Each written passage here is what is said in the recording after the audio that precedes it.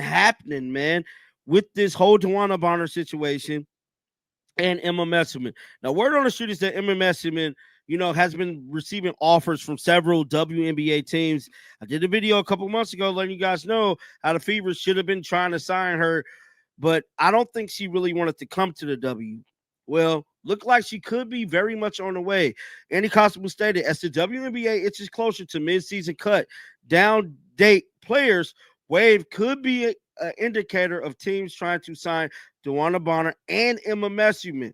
Yes. Sources within professional basketball circles suggest that a notable overseas athlete is actively exploring opportunities to rejoin competition in North America. This potential move could substantially influence team-building strategies for various playoff contending clubs as they approach critical roster decisions. The forward from Belgium, who earned Finals MVP honors in 2019, has allegedly been presented with proposals from numerous franchises across the league. Her possible entry into the market represents among the most impactful free agency situations in recent years.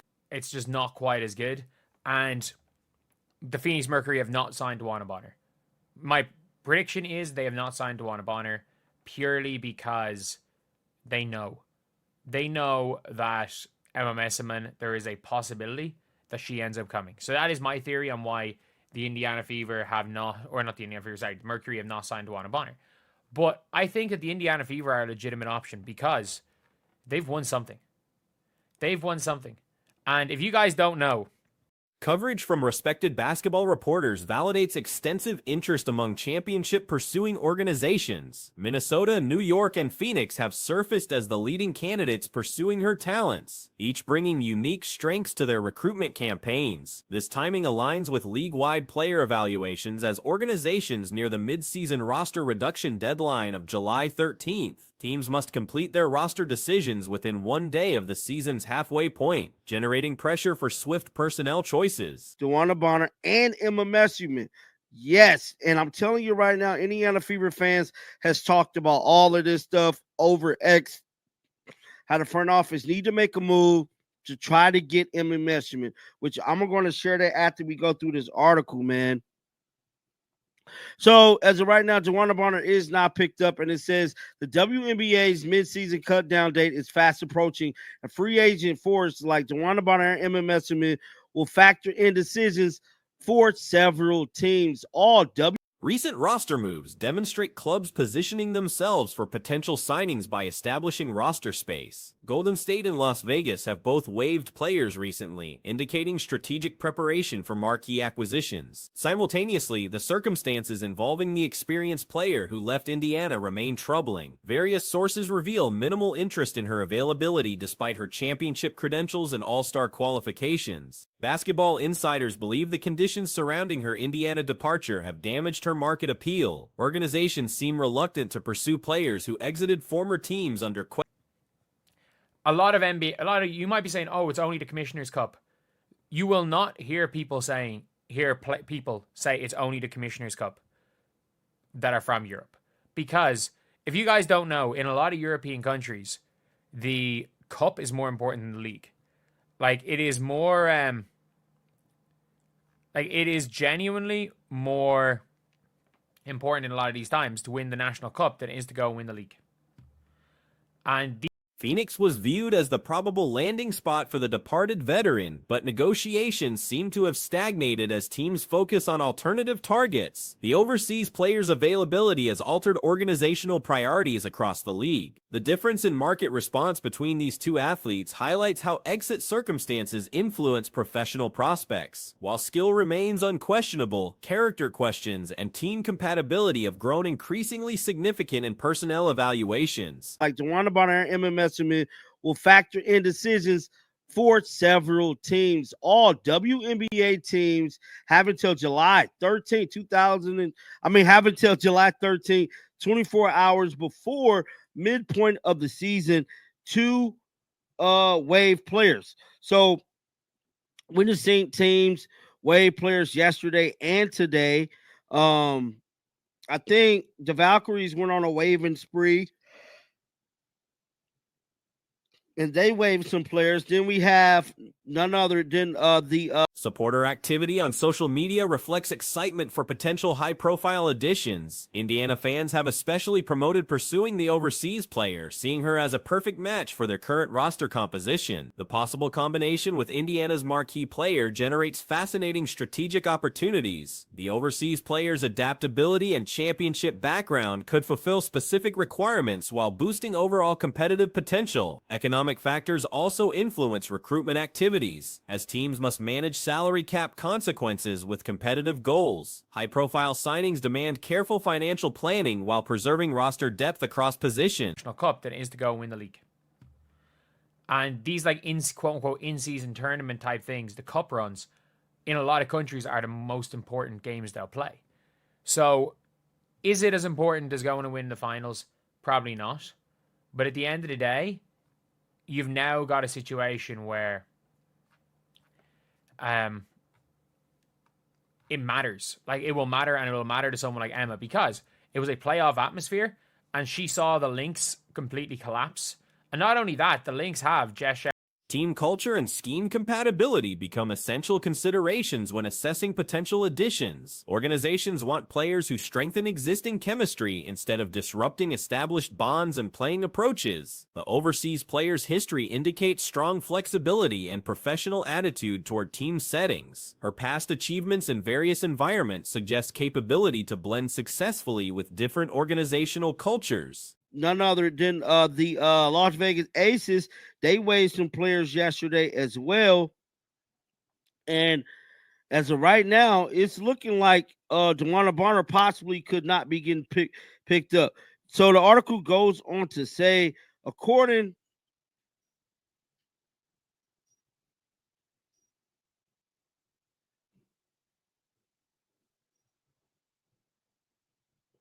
to multiple sources, the interest.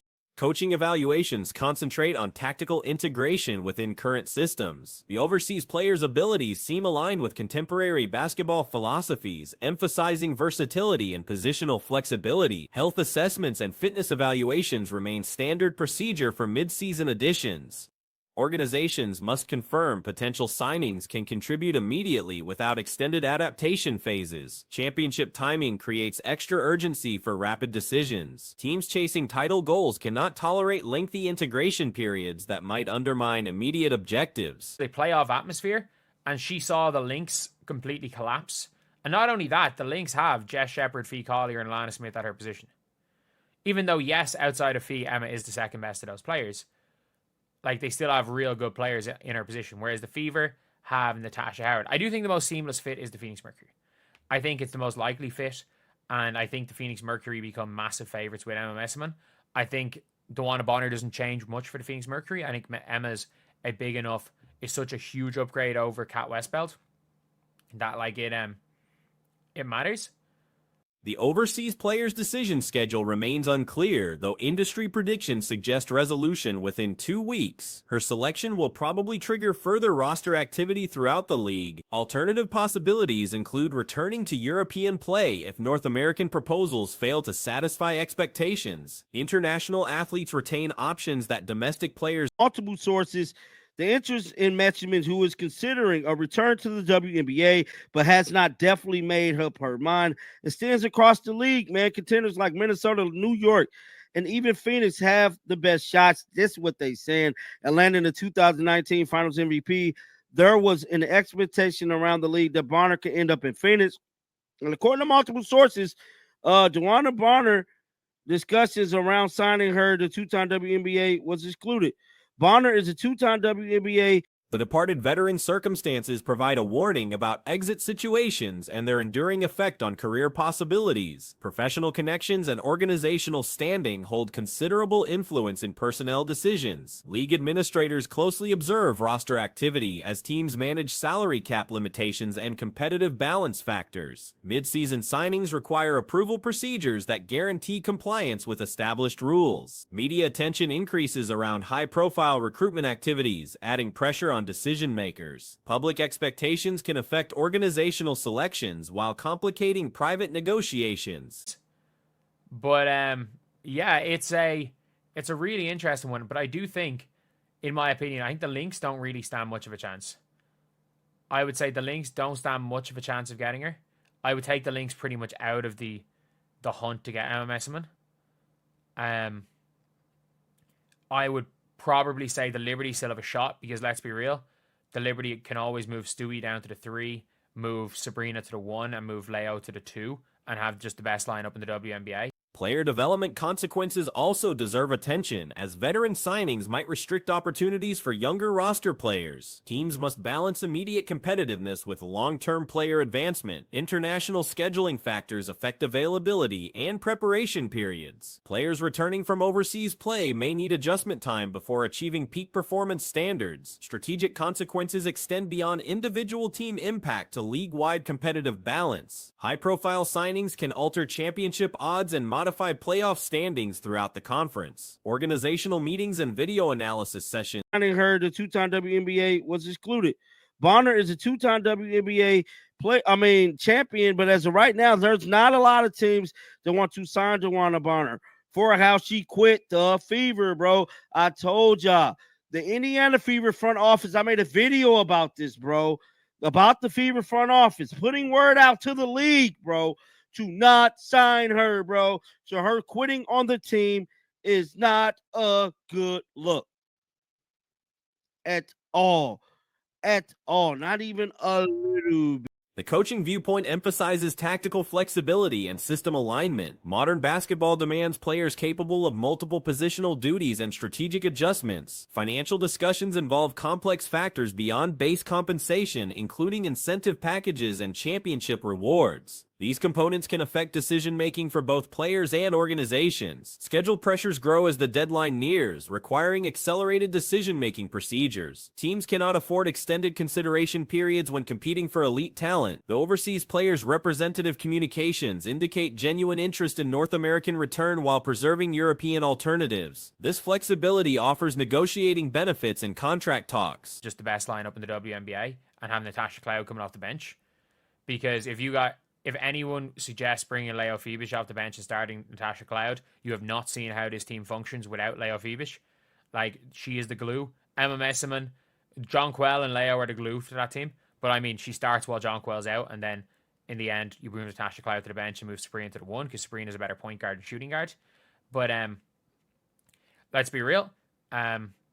Screw the old WNBA. Leo Phoebus is better than Team chemistry factors become critical when adding veteran players to established rosters. Successful integration demands careful handling of roles and playing time allocation. Competitive evaluation shows how potential signings might influence playoff placement and championship possibilities. Teams assess talent acquisition through the perspective of postseason success potential. Oh, not even a little bit.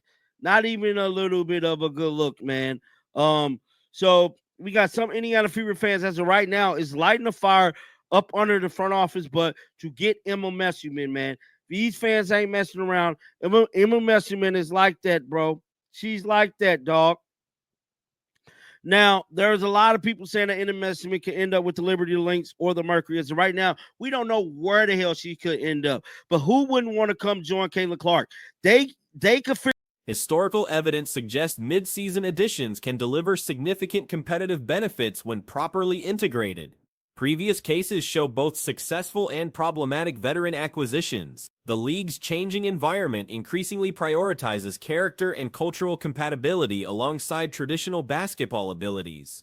Organizations favor players who improve rather than complicate existing team dynamics. Resolution of these roster circumstances will probably establish patterns for future mid-season deals.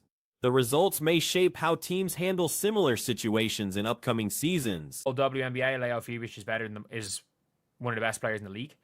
But yeah, so you've got that as a good option, and then obviously a seamless starting spot for the it should be a seamless starting spot for the Fever. Like, let's be real, she's better than Natasha Howard. She is better than Natasha Howard, but like, all it means is that her and Natasha Howard share minutes at the 4. Natasha Howard plays quite a few minutes at the 4 or 5. It means that Dantas, realistically, is the one that's going to suffer. Like, I don't think Natasha Howard's minutes are going to suffer. Like, she might not be starting 5, she'll still play 25. Current developments reflect wider trends in professional sports, emphasizing organizational culture and character assessment. Talent alone no longer ensures opportunities without considering additional elements. The overseas player's final decision will significantly affect multiple organizations' championship goals. Her choice represents one of the most important free agency decisions in recent league history. Moving forward, successful integration of any mid-season addition demands comprehensive planning and organizational dedication. Teams must prepare for both immediate impact and long-term consequences of personnel changes. Could figure out a way to get Emma Messerman, man. I don't give a damn. They definitely can figure out a way to get her signed on this basketball team. I want to see Emma Messerman on this basketball team. Bro,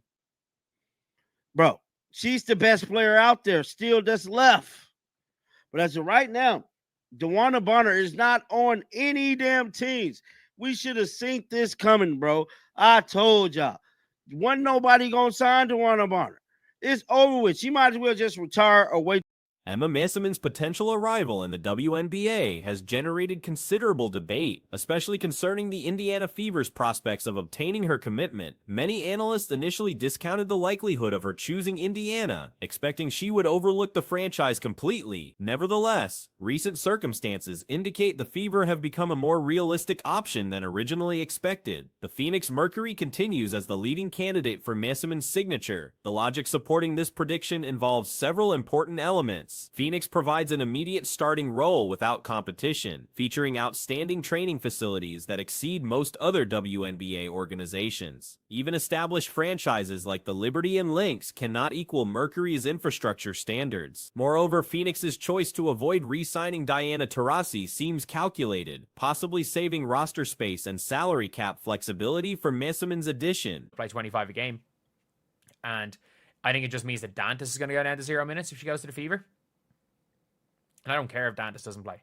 Like, Dantas is an absolute non-factor in how good this Indiana Fever team is going to be long-term. Well, she shouldn't be a factor. I think you maybe make the argument that she has been. But, yeah. That is one of those things. And I think the Fever winning the Cup.